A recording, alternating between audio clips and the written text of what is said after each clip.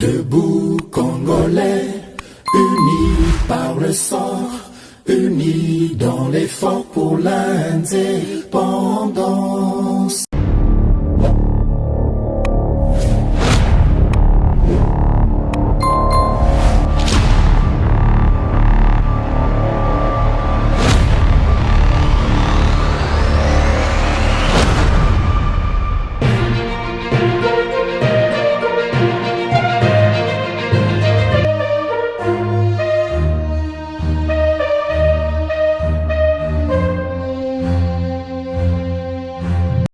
Boye malamu na GCAM télévision balandi basango na biso ya émission Debout Congolais ngai mwana mboka Samba Olunga naza na esengo koyeba bino ebele na bolandi basango na biso ba éclairer à travers émission Debout Congolais. Merci déjà pour la fidélité na bino, merci pour la confiance au bino bo renouveler kana etando oyo pour na partager basango ya République démocratique du Congo.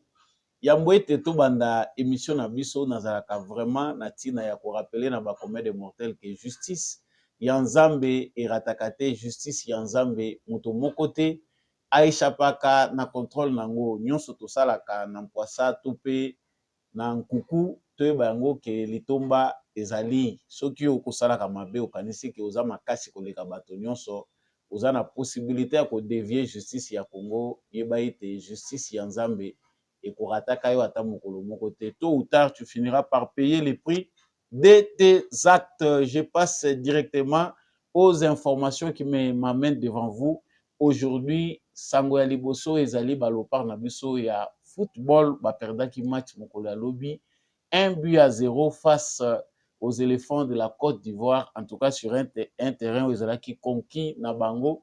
Nous allons vraiment passer un peu en revue cette défaite des léopards qu'on appelle défaite victorieuse parce que les messages étaient bel et bien passés. Nous parlerons aussi de ces boycotts que plusieurs Congolais réclament contre ces médias.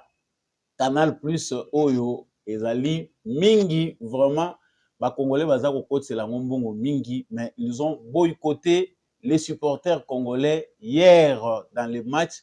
Message oyo ba supporters congolais il fallait qu'il va transmettre na mokili mobimba ezala ki boycotter na ba chaîne surtout française ezali kambo oyo ezako pousser biso pe ba congolais to réfléchir lolenge nini ya kosalela ba médias na biso lolenge nini pe ya ko boycotter certaines entreprises de presse étrangères en République démocratique du Congo. Sango ya mibale boyoka ki lobby ete mwana mboka Augustin Kabuya oyo babengaka na ba adepte na ye to ba partisan na ye mwana bute azali nommé bongo informateur epa tata mokonzi ekolo Félix Tshisekedi. Sango wana efungoli penda elongoli ba doute ebele pe efungoli nzela na majorité oyo esengeli ya constater po ete na un mois kobanda date oyo bapesi ya mission na ye toyeba ndenge nini akoki kosala musala na ye, quelle tâche lui attend, que devons-nous attendre de sa mission,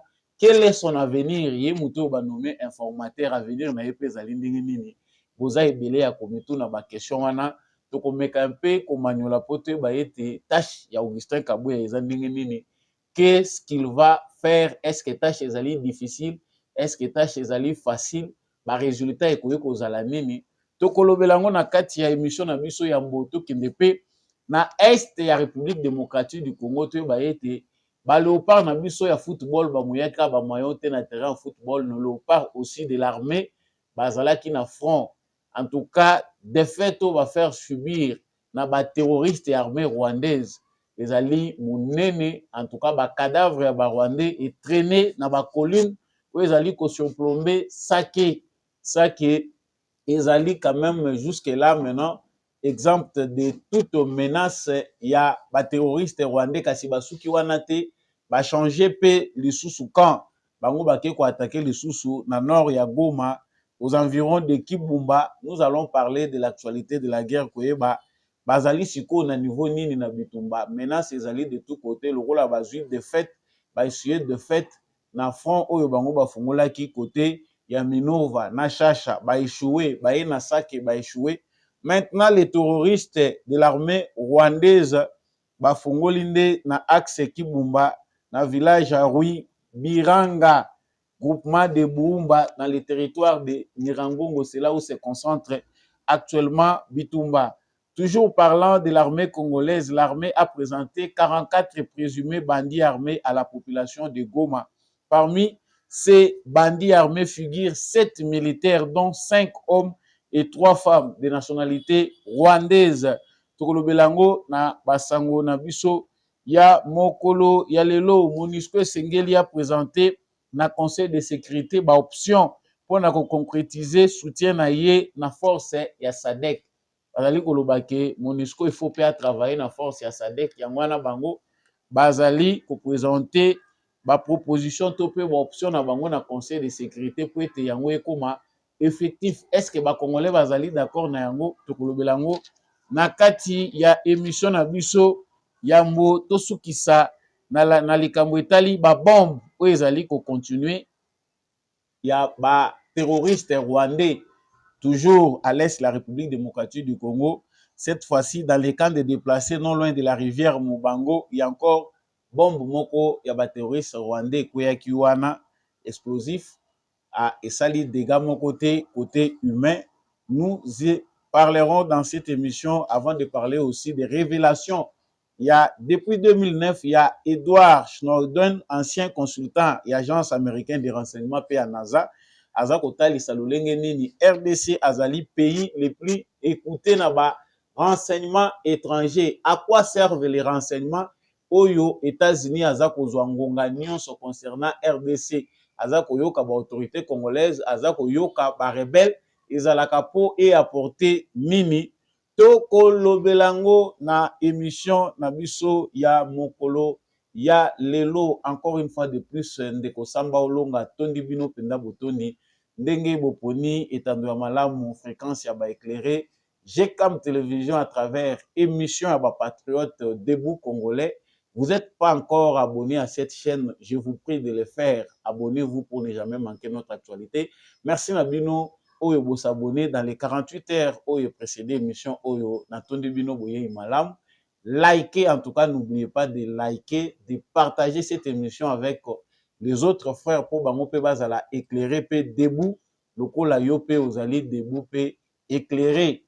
En tout cas, n'hésitez pas de nous dire vos impressions dans les commentaires. Ndenge nini vous allez apprécier émission Oyo to pe ozali wazalendo to pe FARDC na motema depuis coin nini ya République démocratique du Congo, depuis pays nini à travers le monde. FARDC na motema bendele koyate. Nous retournons dans l'actualité comme je venais de l'annoncer au sommaire. Voilà. Tozelaki mingi victoire ya République démocratique du Congo ya football ba Léopard na biso. En tout cas, tozelaki victoire na bango, pression ezalaki makasi sur ba Léopard ya football congolais. Pression wana pe ezangaki effet na ngote. En tout cas, je ne peux pas manquer de vous laisser voir quelques photos. Il y a nini ba Léopard na biso ya football bazwaki pe responsabilité politique. Il y a qu'à faire passer message à travers le monde. Il y a agression oyoyo ezali ko leka na est ya République démocratique du Congo. Des millions de Congolais sont tués comme des chèvres. Ba Congolais baza ko kufa. Les gestes comme vous l'avez vu, maboko na monoko, tochepe misapi na mutu pour montrer que vraiment on est en train de nous massacrer. Les gens ferment leur bouche, bato baza ko lobelo côté, mais il y a des gens meurent. Des choses horribles. Vraiment, s'il faut analyser la rencontre, ils allaient vraiment dans quelques instants, il y a première période de Léopard a réussi ça quand même que ça l'a entré na épée que jouer jenaye na première période, mais vers la fin de la première période, on a vraiment constaté une équipe de Léopard méconnaissable qui avait perdu le rythme. On ne sait pas le pourquoi, mais pour Nabiso Banali, c'est toujours mon charge. Je peux les gars qui m'acassent un match entre faire passer le message des victimes à l'est du Congo, de ce qui se passe à l'est du Congo, et jouer le football a vraiment ça a eu un impact sur les psychiques de nos joueurs. En tout cas, c'est pour la première fois que les joueurs basent pression en venant de tous les Congolais qu'il faut pas représenter Congo na makambo oyo ezali koleka na Est, il faut faire passer message. En tout cas, Mouto Aza psychologue a dit que c'est pas facile de, en même temps, penser à ce qui se passe à l'Est du Congo, en même temps, jouer convenablement au football pour ceux qui ne sont pas habitués pour naba oyo baza na situation wana ba mesana na ngote. Il faut savoir que cela vraiment a un incident sur leur psychologie. Et puis, il faut que la plupart, il y a des joueurs, oyoyo, bazali ko beta, na ba beta kindembo, na bale na biso, bazali, ba professionnel, bazali, ba natif, ba congolais, mais ba botami à l'extérieur du pays. Et belé, ba outi, ba France, ba outi, ba Belgique, ba outi, ba club et belé. Parmi eux, il y a aussi de nombreux joueurs, ba beti sur terrain, ba botami, na ba mboka ba paya. En tout cas, bah, yébité, bah, ce qui se passe à l'Est avec l'amplification et ce qui s'est passé. En tout cas, moi, je pense que sur les côtés psychologiques, il y avait une forte pression qui a fait aussi que sur terrain, Makambo et Salema, Ndenge Moussous, mais malgré cela, ils n'ont pas démérité pour les Léopards au Bazala qui est absent dans l'édition passée et qui ont fait ces résultats-là pour arriver jusqu'en demi-finale. Coup de chapeau dans Bango, Ndenge Moko pe Bango Moko Balobi. Vraiment, ils ont quand même mouillé les maillots. Ce n'est pas démérité. Ils ont réussi quand même à prouver ce qu'ils savent faire. C'est une équipe en composition.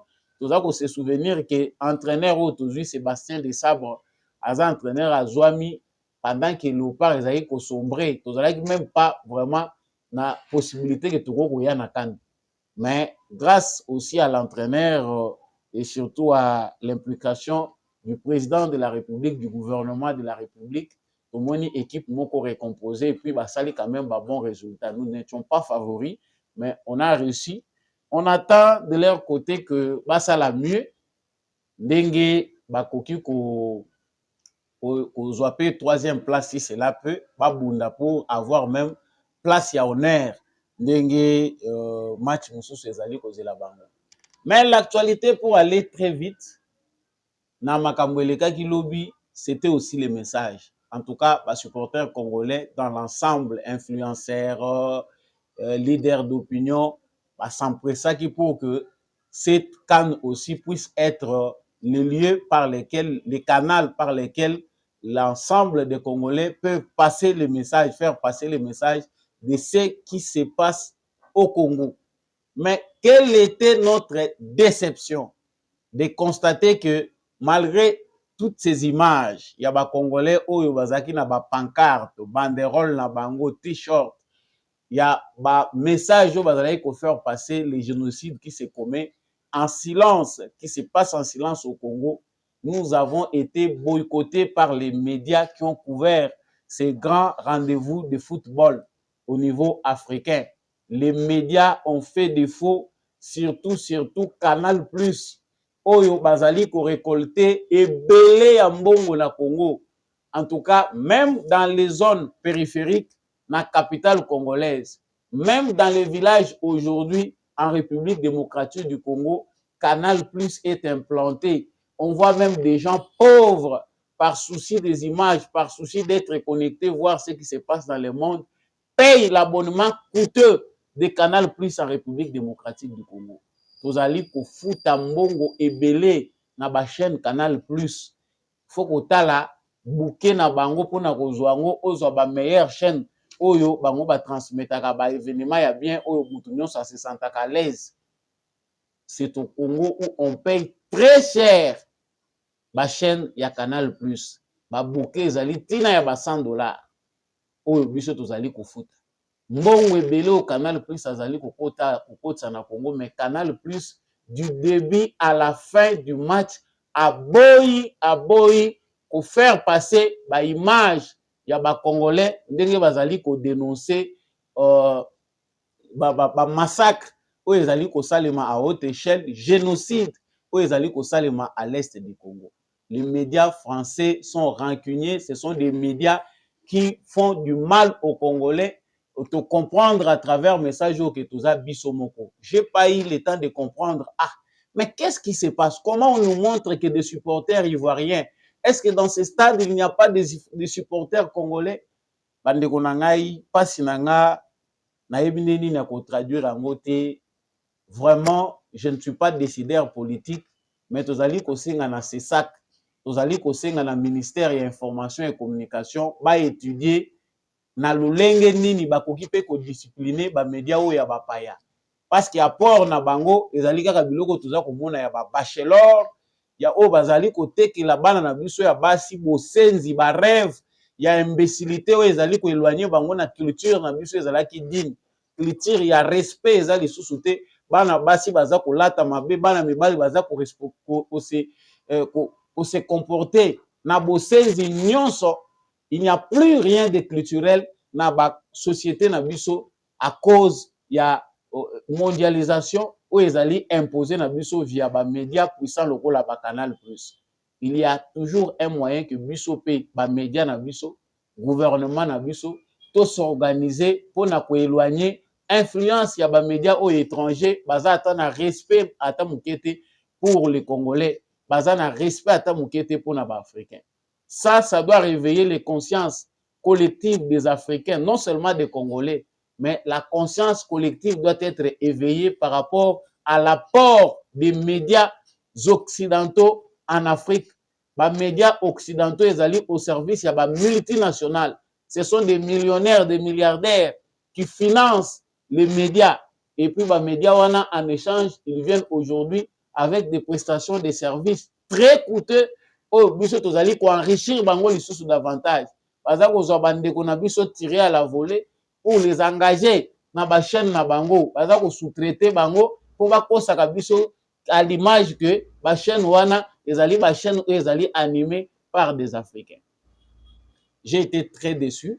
Je pense que vous aussi, il faut mener une action commune contre ces médias-là, de la honte, ces médias-là criminels qui ont refusé de faire passer les messages. Malgré cela, les Congolais, surtout pour les divertissement, le message est quand même passé. On a vu des supporters congolais qui ont même fait porter des pancartes à d'autres supporters, il y a des pays Moussoussou, pour que le message passe. Néanmoins, nous avons fait ce qui devait être fait. Bravo à nos léopards. Les prochaines éditions, nous savons que ça sera meilleur.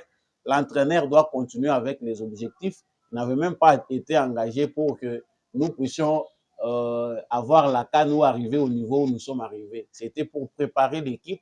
Il va continuer avec ces objectifs-là et sélectionner des bons joueurs, les préparer. Il a eu d'ailleurs la chance de voir ce qu'il pouvait bien l'utiliser déjà à travers ma prestation na bango.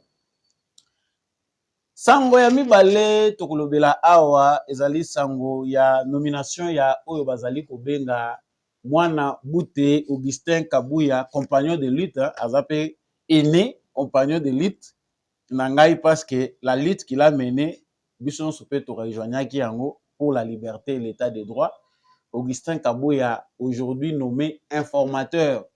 En tout cas, Bilili Boza Kozwa, ezali ya Augustin Kabuya, Mwana Bute. Mais je vous laisse suivre ses premières prises de parole, sa première prise de parole après sa sortie de l'audience avec le président de la République. De la désignation, je commence d'abord par remercier le créateur du ciel de la terre qui a permis que cette nomination puisse avoir lieu et remercier aussi le chef de l'État en particulier qui a porté son choix sur ma personne.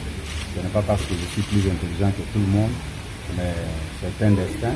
Dieu a voulu que ça se passe ainsi. Et comment comptez-vous mener cette mission? Écoutez, je venais d'être nommé par le président de la République. Laissez-moi le temps, quand j'aurai consulté d'autres personnes qui ont déjà effectué cette mission avant moi, c'est à ce moment-là que je peux réunir encore la presse pour voir ce que je peux faire avec les députés que je vais consulter. En quelque sorte, un travail de ce que vous avez déjà commencé en coulisses, parce que on a constaté que vous échangez déjà avec vos partenaires de l'Union Sacrée. Non, là, je dois vous dire sincèrement que, politiquement parlant, je suis l'informateur naturel du chef de l'État, comme je suis le responsable numéro 1 de sa famille politique. J'étais obligé de faire ce travail même avant ma nomination comme informateur. Votre mot de la fin? Le mot de la fin, c'est de vous dire merci aussi, vous les amis de la presse. Voilà. Vous venez de suivre là Augustin Kabuya Mwana Bute après avoir rencontré le président de la République suite à sa nomination. En tout cas, ezali sans surprise, azali président, il y a parti oyo et une majorité à bas députés. En tout cas, c'est l'UDPS qui est en tête avec les 69 députés oyo bazui. L'UDPS passe en tête de tous les autres partis politiques et Augustin Kabouya, Lelo azali nommé comme informateur. Bato bazali na besoin bayeba quelle serait la tâche d'Augustin Kabouya. Est-ce que Augustin Kabouya Lelo akoki kosala musala na ye convenablement? Tout d'abord, par rapport à cette question, eloko bato esengeli bayeba ezali que face à l'UDPS, plusieurs partis politiques déjà bazali na difficulté ya poids. Les seuls partis oyo engagement ya population et monanaka makasi sur terrain, c'est l'UDPS. Il est difficile de voir bateau mususu, même si bazui pe ba député na ba parti na bango mususu, mais au moins na force il y a engagement, ceux qui mécontentement ils allaient sur terrain, il n'y a que l'UDPS qui peut le faire. Pression pe o ezali pe surveillance makasi na makambo ezali kosalema par rapport à attente au bato bazali nango pour le renouvellement, il y a ba animateur, il y a ba institution na biso.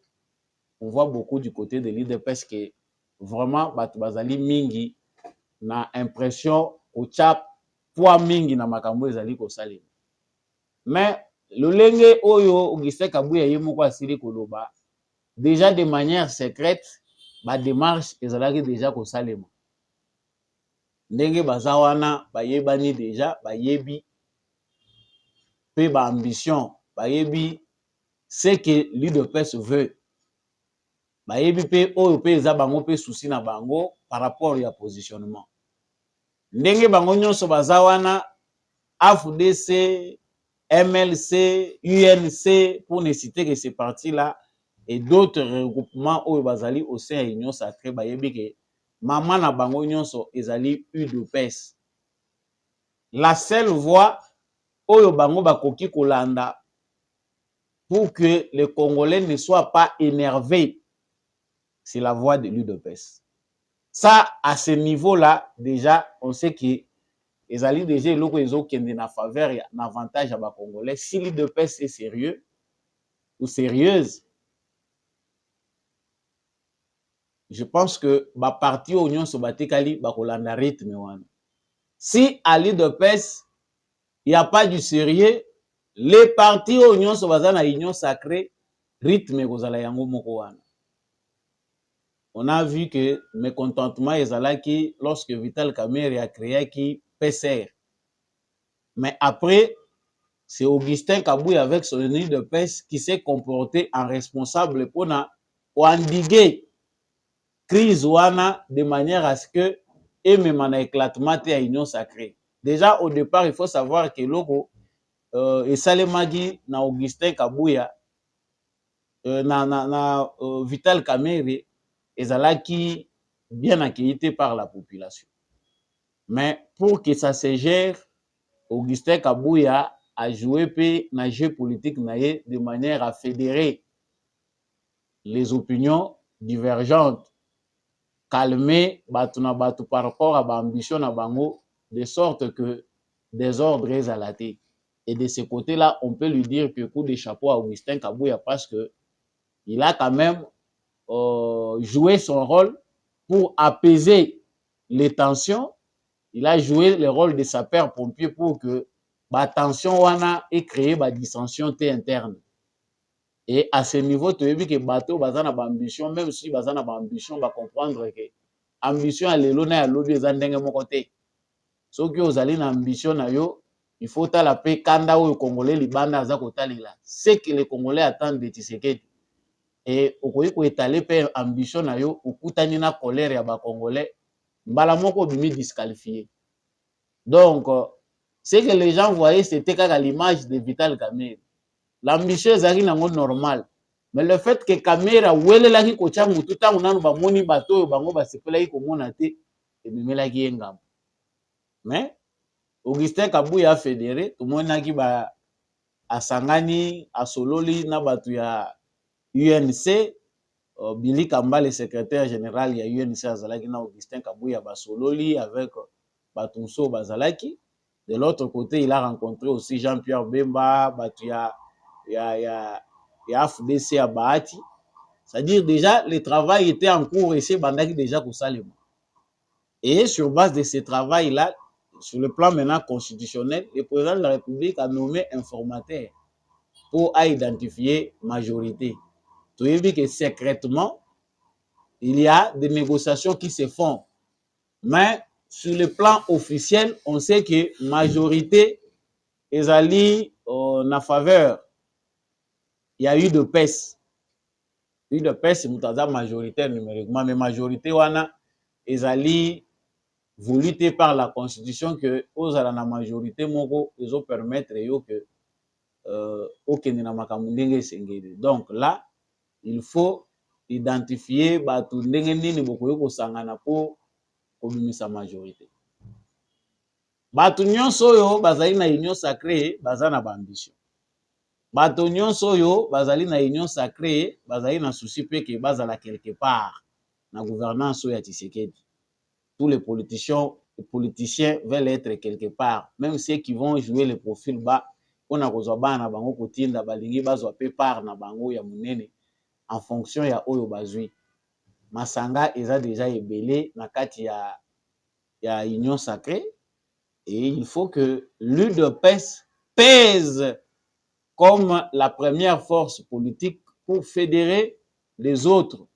Nous espérons tous que sur base de la lutte et l'espoir qu'a le peuple congolais dans ces partis-là qui fonctionnent comme un syndicat du peuple, bato nyonso yo bakokotisa mikila na bango na makolo pour respecter la voix du peuple.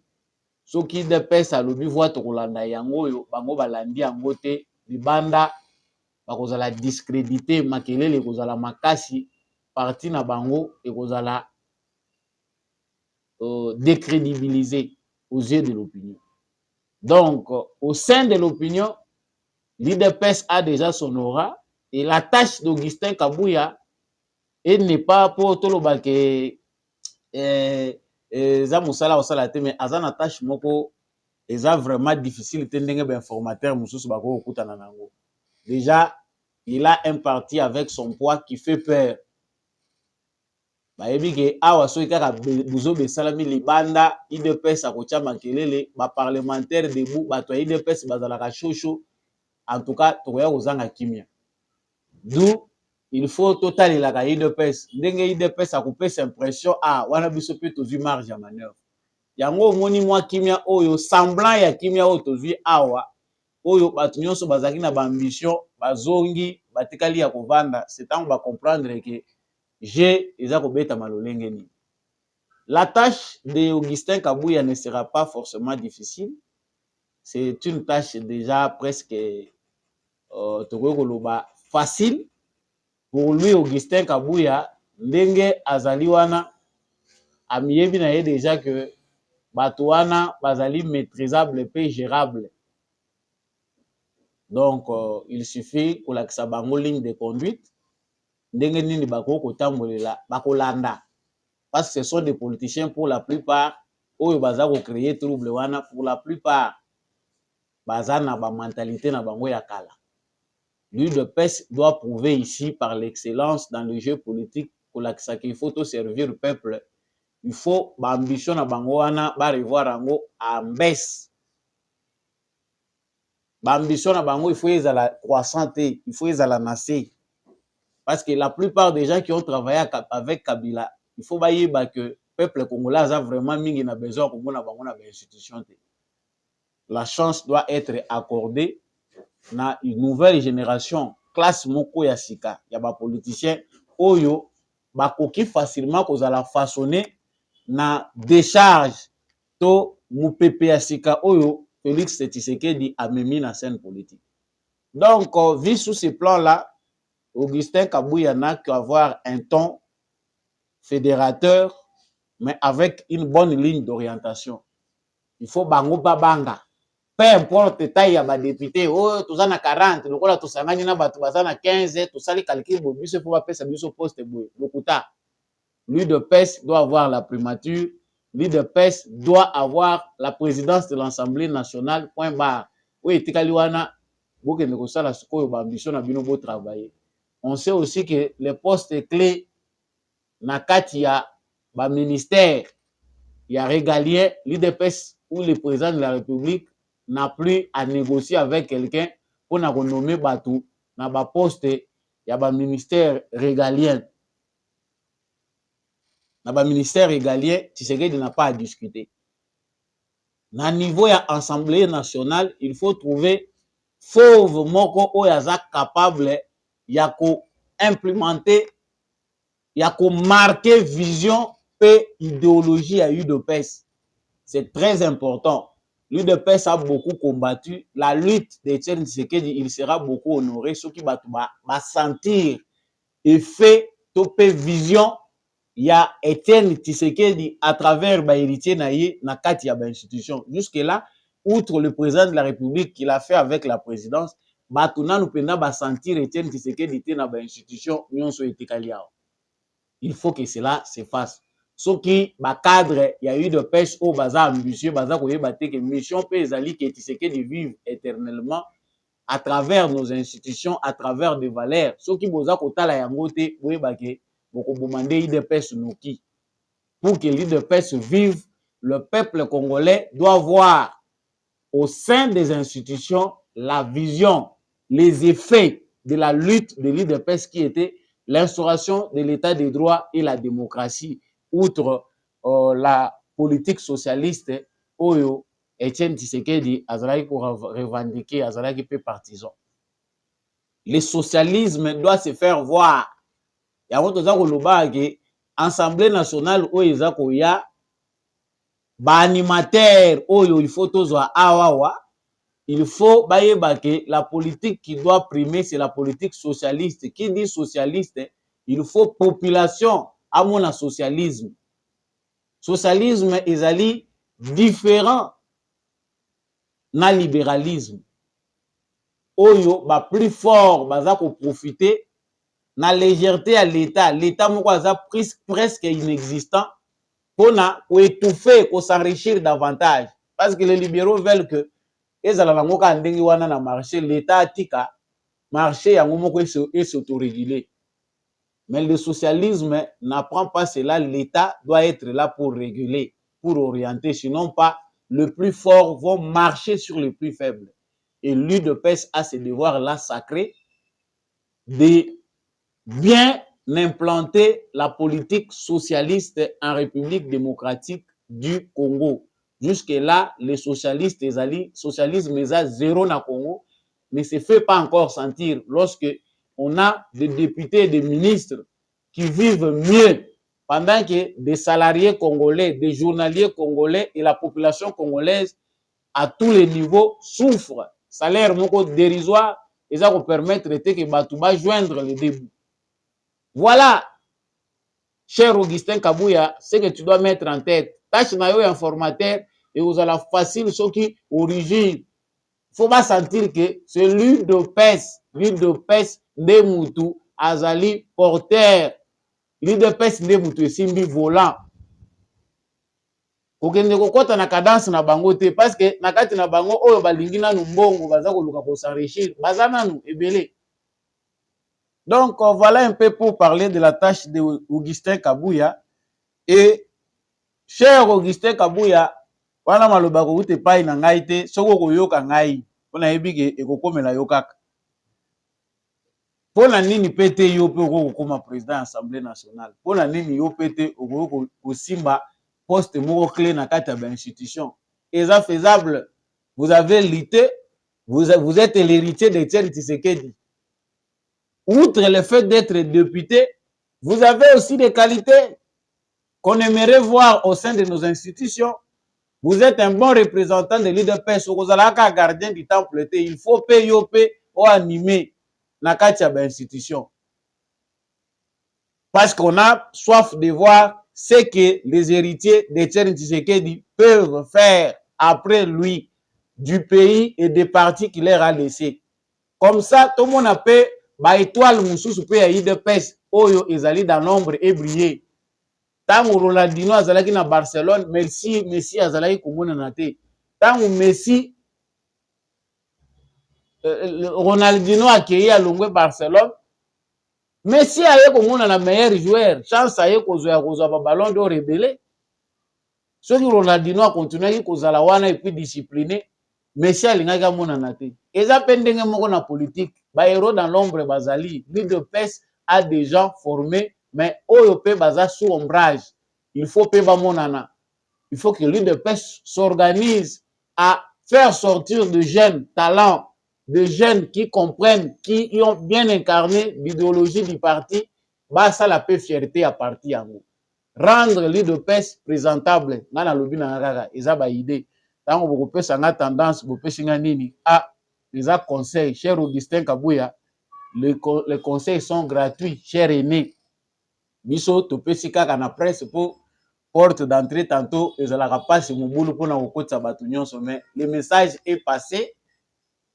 Il faut être humble, na partie laissée par cher Étienne Tshisekedi, mettre l'amour au-dessus de tout, l'amour au-dessus des calculs politiques pour mieux organiser ces partis-là et gérer les ambitions des uns et des autres.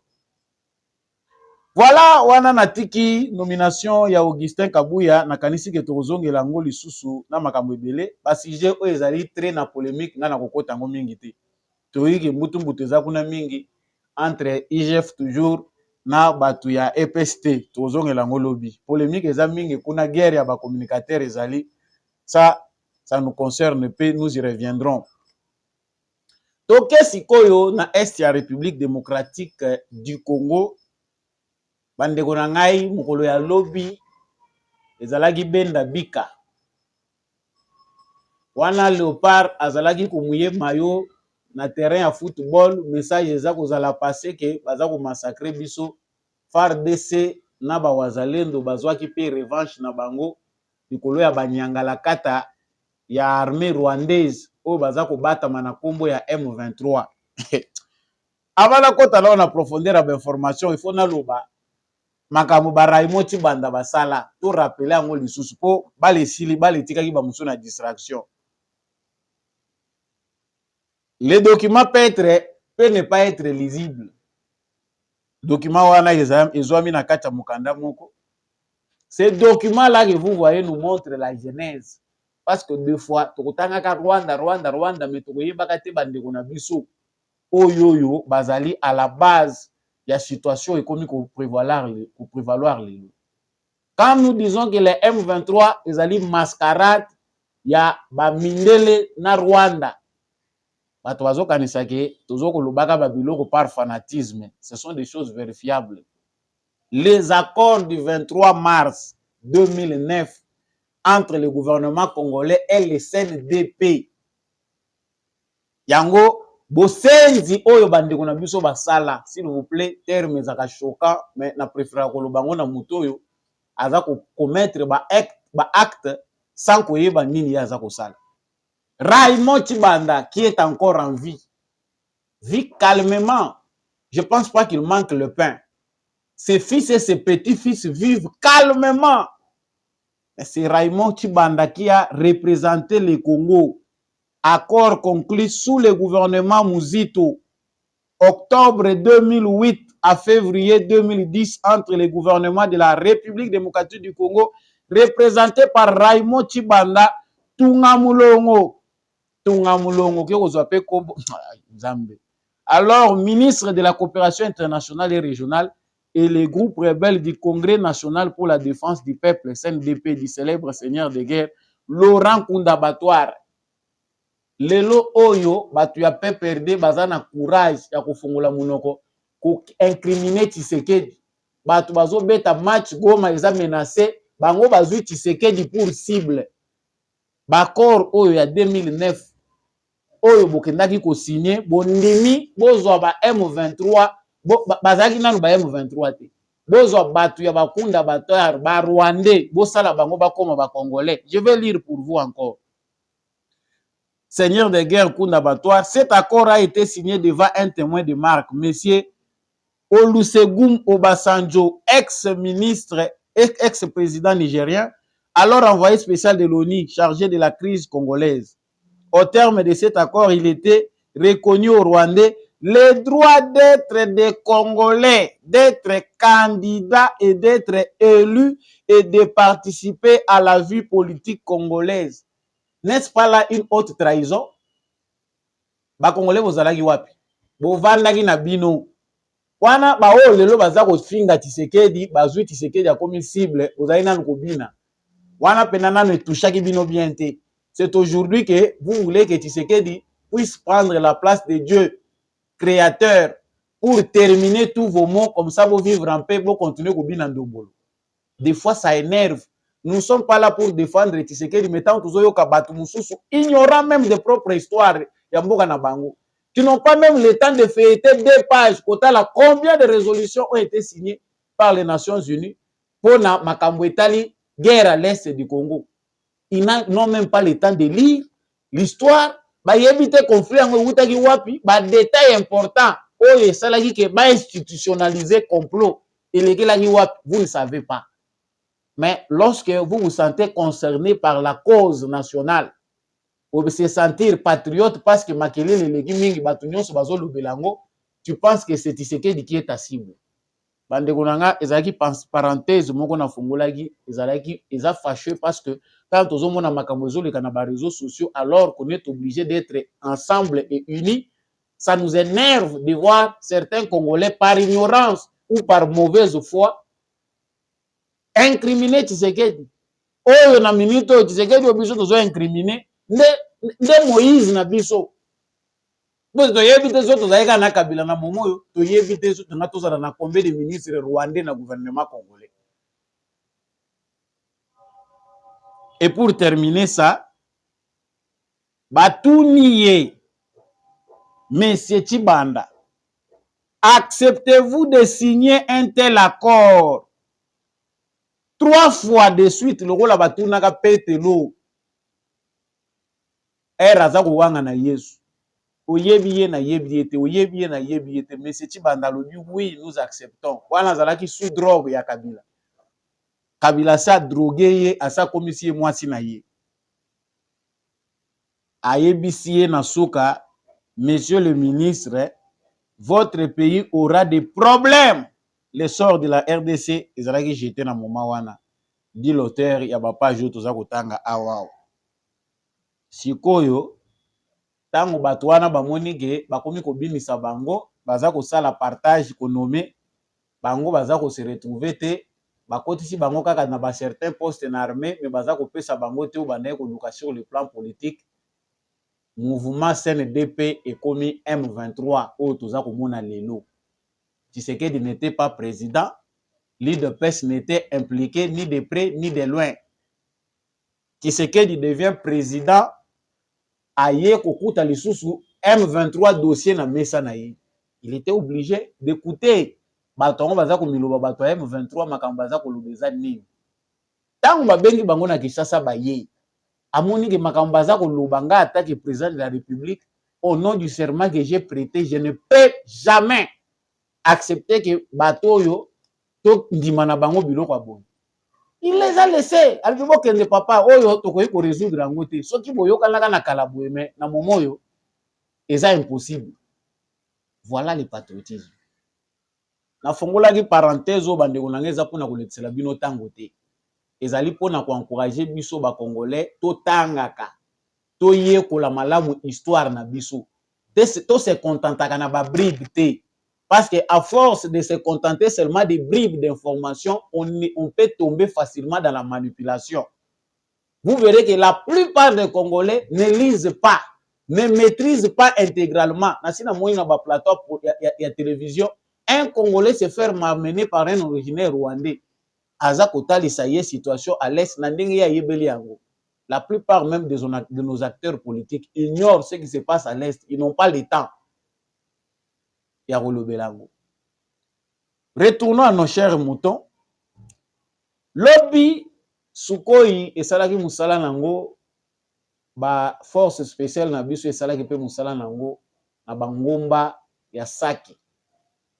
Tout d'abord il faut toyeba ke avant baya na Sake wana na bitumba liboso ezalaki na Minova na Shasha. Armée rwandaise bazaka na système ya koattaquer sur plusieurs fronts. Soki bamoni ba échouer na front oyo balancer oyo, so bamoni ba échouer na oyo balancer wana. Après théâtre tomonaki semaine dernière ya Minova na Shasha. Cette semaine c'était autour de Sake.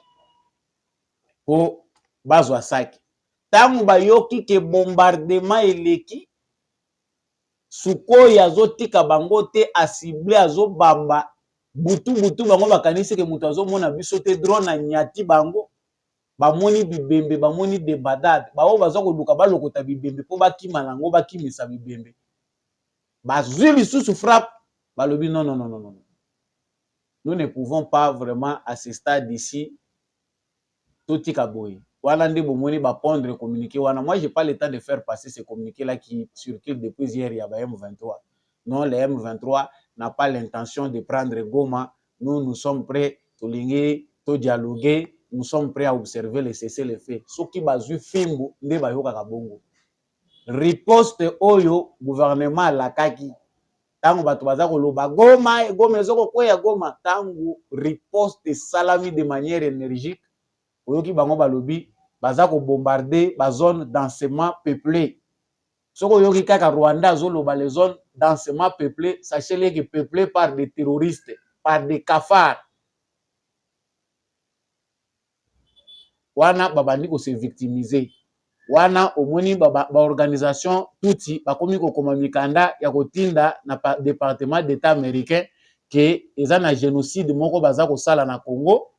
Génocide wana ezali ko salima contre une ethnie minoritaire.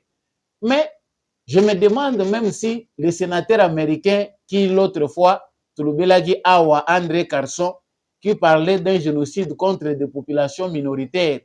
Askasa zoa mukanda ya ba ethnie na Congo ayeba soki ethnie tuti na uti ezalaka wapi na Congo. À force de voler, on finit par devenir moins intelligent. Parce que tozali mayele moyibi ya mayele azalaka te. Une fois okoti na moyibi okomaka zoba. Moyibi ya mayele azalaka te. Même s'il est très prudent, il vole de manière sophistiquée, il est zoba. Akozalaka mayele te. Lobi baningi bango ba image bakola kisabino ka ndeko shakwa la kisibino kaka ba casque par pour prévenir boyebi ke tusi tozwa suspension une fois awa eloko tosala toyebite. Koloba makambo pe koma ngambo na ba plateforme ngo pe to lexiselaka ba message ngo ba kolo ba plateforme ngo baza baninga na bango. Des fois certaines choses to koma pe koloba ngo à demi mot pour éviter ba censure.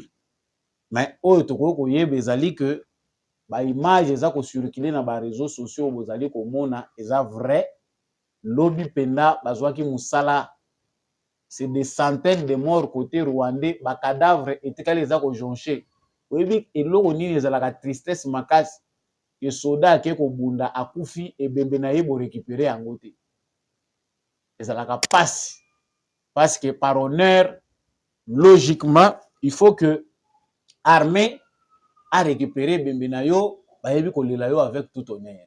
Mais bana ya ba rwandais baza ko kufa lokola ba kafar na est ya Congo et puis bango bazo betela Kagame maboko. Bitumba wana lokola na Sake batindiki bango musika ngomba ya Sake armée à reprendre bango. Aujourd'hui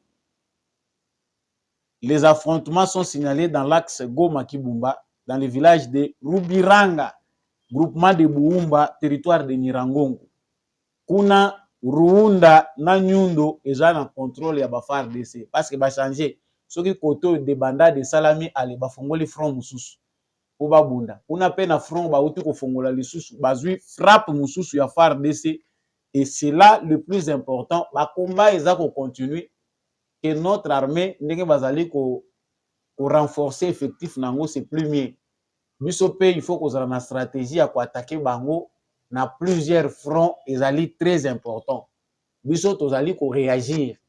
Or biso lokola toza na réaction yango moni bango bazalaka bien bayebi ke non biso to préparer attaque pendant que baza ko préparer attaque action diplomatique baza ko sala ngona ba américain omoni tozana besoin ya cesser le feu il faut to solo là et Tshisekedi nda azolinga te boyebisa ye cesser le feu. Vous allez remarquer que nous perdons des localités kaka tango intervention américaine yaka soit disant que cesser le feu tozana besoin to bongisa lobi na lobaki ya likambo ya Pologne na lobaki yango très bien likambo ya Pologne président polonais qui selon les informations est notre allié il nous avait soutenu à l'ONU mais accueilli batenga misie na Kagame c'est quoi ezali nango normal c'est les Américains la façon de faire pression à Tshisekedi eza kolakisa ye ke yo lokolo ozoyoka te tika tolakisa yo Pologne pa ye kobima alobi no biso Pologne tozali prêt soki baattaquer Rwanda biso Pologne tokozala au côté ya Rwanda mais est-ce que Congo pa kozanga balie ba américains ya zoba baza kosila mayele parce que les vrais américains les américains qui sont intelligents même à l'ère où le capitalisme a engendré une forme très libérale ya politique il faut ba américain ba comprendre que tout n'est pas acquis parce que vous dites puissance que nyonso eza acquis. Il y a aussi la logique de l'impuissance de la puissance. Bomi moni ke boza puissance mais bomi bazo bandenge bomi maka bazo bana bamboka mususu oyo bokomi ko bima bozo tika bamboka bato kimia. Donc tant toza ko lobawa objectif na bango ezalaki ba distraire Tshisekedi Goma ekweya po bazonga kaka na case à départ nous voulons les négociations nous voulons que les affaires ça dès que pe lobby azwaki ba disposition akepe on se concentrer à finani kuna aza kotalela na musika MONUSCO pe aza koya lobby onote biso toke ko senga na conseil de sécurité atalela biso lolenge nini oyo tokoki ko concrétiser soutien na biso na force ya SADC. Monsieur le président de la République, chers diplomates congolais, c'est le moment d'éloigner cette force-là onusienne na action ya SADC. Pona nini Nations Unies azakaka, pona nini Nations Unies azakaka obligé ya ko se coller na initiative nyonso ya ba Congolais. Qu'est-ce qui se passe? Congo ameka kosala mwa accord moko boeto asololana organisation régionale. Les Nations Unies doivent être dedans.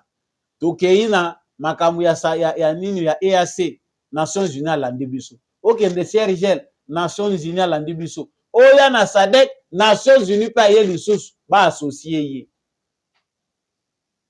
Monsieur le président de la République, dissocier l'action de la SADC et celle de la MONUSCO. MONUSCO bo établir agenda na ye bo yebisa ye asunga ba population. Mandat oya munene oye yebani ezali sans contestation ezali ya ko protéger ba population civile. Ba kende na ba zone o population azali ba créer bouclier protecteur pour protéger la population.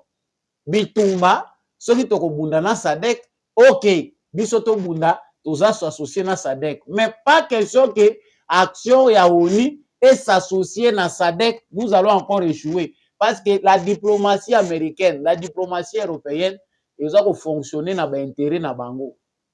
Soki ba moni ke Tshisekedi point wana toza ko yoka na te ba ko ya ko activer nini na bango. Et ici même tant on a ko lobela likambo ya M23. Na 2009 oyo eza ba révélation ya Edward Snowden américain oyo ba américain bandaye ko senga ancien consultant et agence américaine de renseignement na NASA abimisaka ba renseignement depuis 2009 eza année oyo M23 CNDP M23 eza créé na basandre ya CNDP. Bakor eza kosalema entre gouvernement congolais à l'époque ya Kabila Muzitu premier ministre. Les renseignements américains bazalaki ko contrôler parce que ba contrôlaka plus de 20 pays ici en Afrique oyo baza mise en écoute. Biso Congo toza premier pays oyo ba écoutaka mingi selon les révélations de cet ancien consultant américain Edward Snowden. ba révélation na ye kaye na ye ti lelo baza ko consulter yango RFI pe so alobeli yango. Il avait bien parlé que Congo baza ko entendre bango baza ko yoka ba rebelle baza ko yoka pe gouvernement congolais baza ko yoka ba kutu nyonso na ndenge ba kor wana esalemaki les Américains étaient là en train de contrôler. C'est-à-dire les renseignements américains contrôlent tous les mouvements rebelles à l'est de la République démocratique du Congo. Les M23, c'est un chantage, ezali mascarade américaine pour continuer à contrôler les minéraux topé sous-sol à l'est de la République démocratique du Congo. L'aventure américaine qui consiste à nous faire croire que l'Amérique est derrière le Congo, c'est un partenaire privilégié, bazali kozala na sima Congo pona kobunda, tout ça pour que les Congolais soient kimia ezali lokuta. Chers Congolais, ne croyons plus à ces mensonges-là. Ba révélation à citoyens américains oyo atalisi musala Amérique salaka. L'Amérique est capable aujourd'hui de dire que M23 est koufa et que ça la 48 RT bana wana bakokende Uganda ndingo bamisana kokende bakokende pe Rwanda. Mais aussi longtemps que l'Amérique ne le fait pas, bazali complice. Makamba ba le peut déjà tout sili saki. Le rôle à makamba football et sili, concentrons-nous maintenant sur l'essentiel. Tozonga biso nyonso na mobilisation à l'est du Congo pour mettre fin à cette aventure. Prochaine manifestation raison ezalate. Ba monsieur opesa ki ba raison o toza ko sala o toza boye totelema dans un mois ya suka yango. Si il n'y a pas de solution immédiate face ya likambo ya mouvement M23 oyo gouvernement américain za ko senga ke congolais akende ko négocier. Est-ce que gouvernement américain ça négocier na Al-Qaïda? Gouvernement américain to français baza prêt à négocier na Al-Qaïda? Si eux ne sont pas prêts à le faire, c'est qu'ils se moquent de nous na ba massacre oyo touti ko mona l'est de la République démocratique du Congo. Cette fois-ci, nous devons encore envahir l'ambassade de l'Union européenne et des États-Unis d'Amérique. Lokola baza prêté ya ko accepter situation ya Congo à même titre que situation ya Ukraine. To comprendre que ba média na bango pe baza prêté ya ko aider biso to ko relayer message oyo, il faut les chasser de chez nous. Nous n'allons pas mourir. To ko kufa te bandeko na ngai. Oyebi ke eza neloko moko pe même gouvernement congolais zo la kisakaza défaillant. C'est ça na moment oyo chaque fois il faut qu'on mona kaka o soki to kati tel partenariat et ko subir boto ko nyoko maboy. Nous avons vécu avec Joseph Kabila pendant plus de 18 ans. Nathan Onyon se to vivre na Joseph Kabila, les aides qui venaient étaient détournées, population banaye ko vivre na ngote. Soki pe ba kati ngo lelo to ko mona na biso pe pas cité. Il faut s'en passer de certaines aides. Ba aide wana eza ba singa, eza ko continuer ko empêcher politique na biso et avancer. Voilà ce qui peut être prêché à notre gouvernement. Tout le monde a dit kaka o tolingi to lancer offensive. Offensive moko eza lancer Amérique bengi to lembisi maboko lobi boyoki ke Rwanda azuli susu localité mususu. Non, non, non et non. Développons des stratégies, de nouvelles stratégies. Ba stratégie ezali nini? Makambo yo ezali kolekaka na ba chaîne de montagne o ezali ko séparer biso na Rwanda. Na Mont Virunga, pembeni ya ba parc, il y a une chaîne de montagnes oyo ezali kokabola biso na Rwanda. Cette chaîne de montagnes là est bien étudiée par les Rwandais, ezali ko jouer na défaveur na biso sur le plan stratégique parce que biso to installa ba base na biso te to installa système ya contrôle te sécuritaire na ba colline wana. Ce qui facilite les mouvements, les incursions ya armée rwandaise. Soko tali mingi na carte stratégique soki armée rwandaise baza ko préparer plan na bango ya combat ba colline wana ezalaka ba point stratégique na bango. Basi ba lona biloko na ba colline wana eza ko sala ke il contrôle ba chaîne de montagne na ba colline nyonso eza ko surplomber zone limitrophe wana. Nous aussi avec notre armée devons préparer il faut recruter des jeunes intelligents. Recrutement stratégique pezalaka. Outre le recrutement des forces spéciales, il y a ba génie militaire. Oyo tokoki ko monter na bango ba base.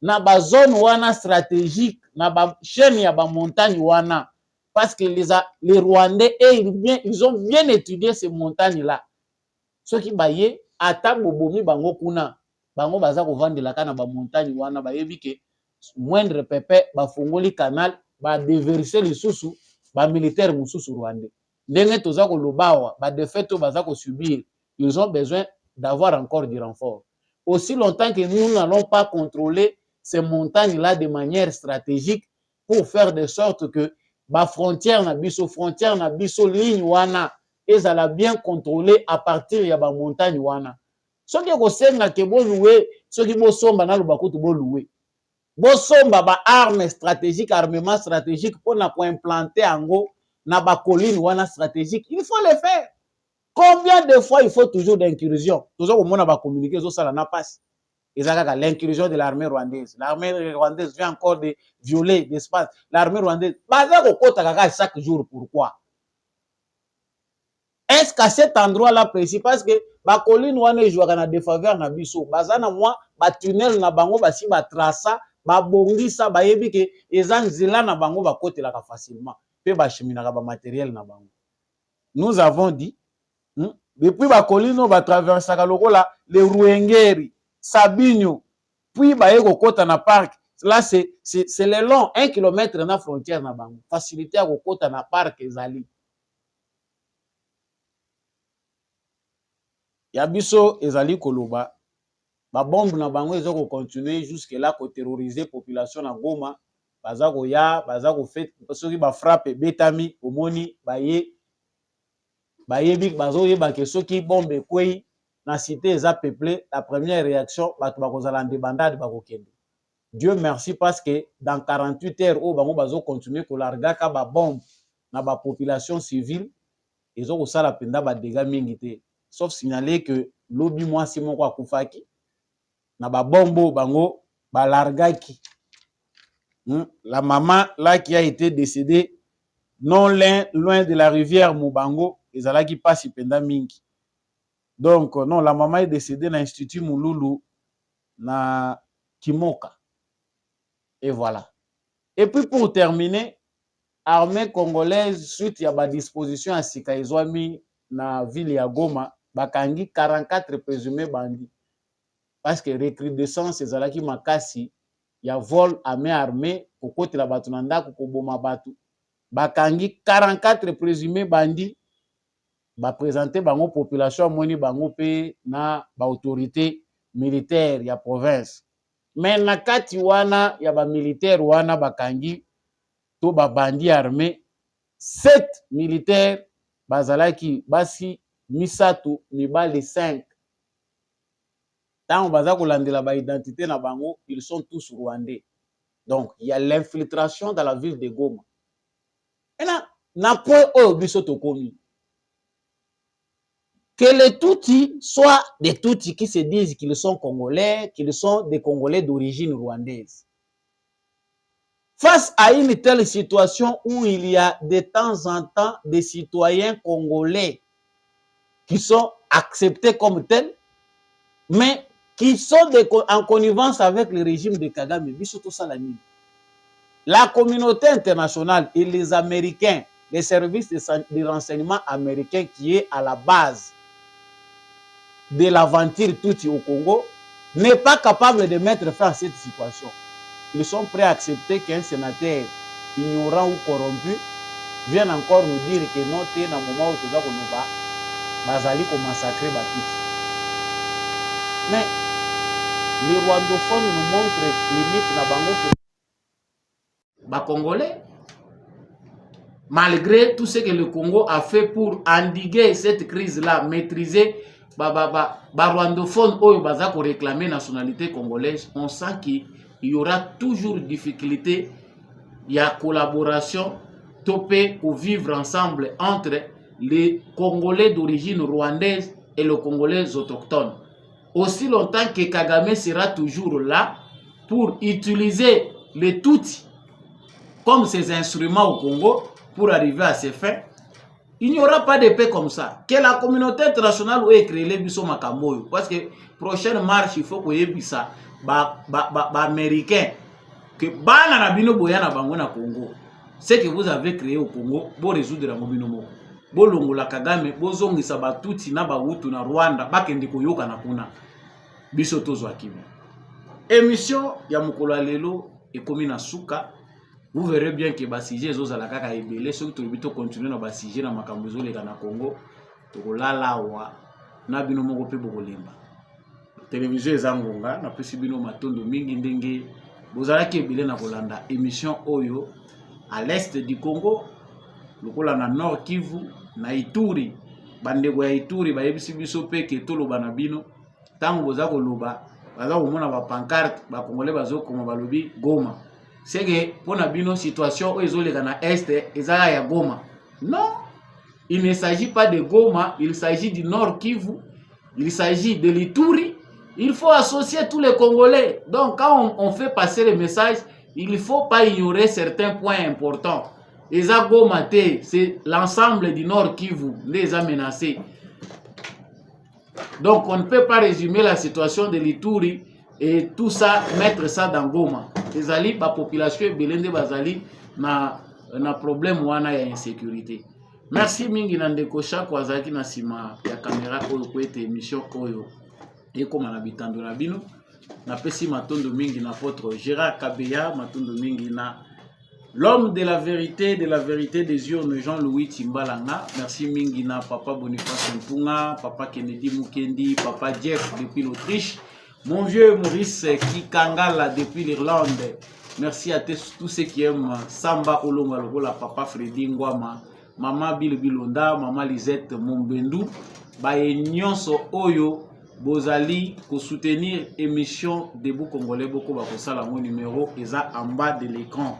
On a l'intention de faire mieux pour vraiment équilibrer les choses de manière à ce que les médias, les réseaux sociaux, il y a des paya, les messages, il y a des paya et continuer à envahir l'espace congolais pour que notre opinion soit manipulée.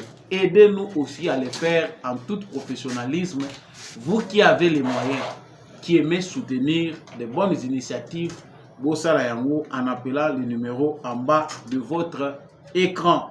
Je vous dis merci. Bomoko, Bolingo, ezali ba mot-clé oyo kosala ke biso tokende liboso. Je suis Nord Kivu, je suis Ituri. Non à l'agression rwandaise. On se retrouve prochainement avec un nouveau numéro.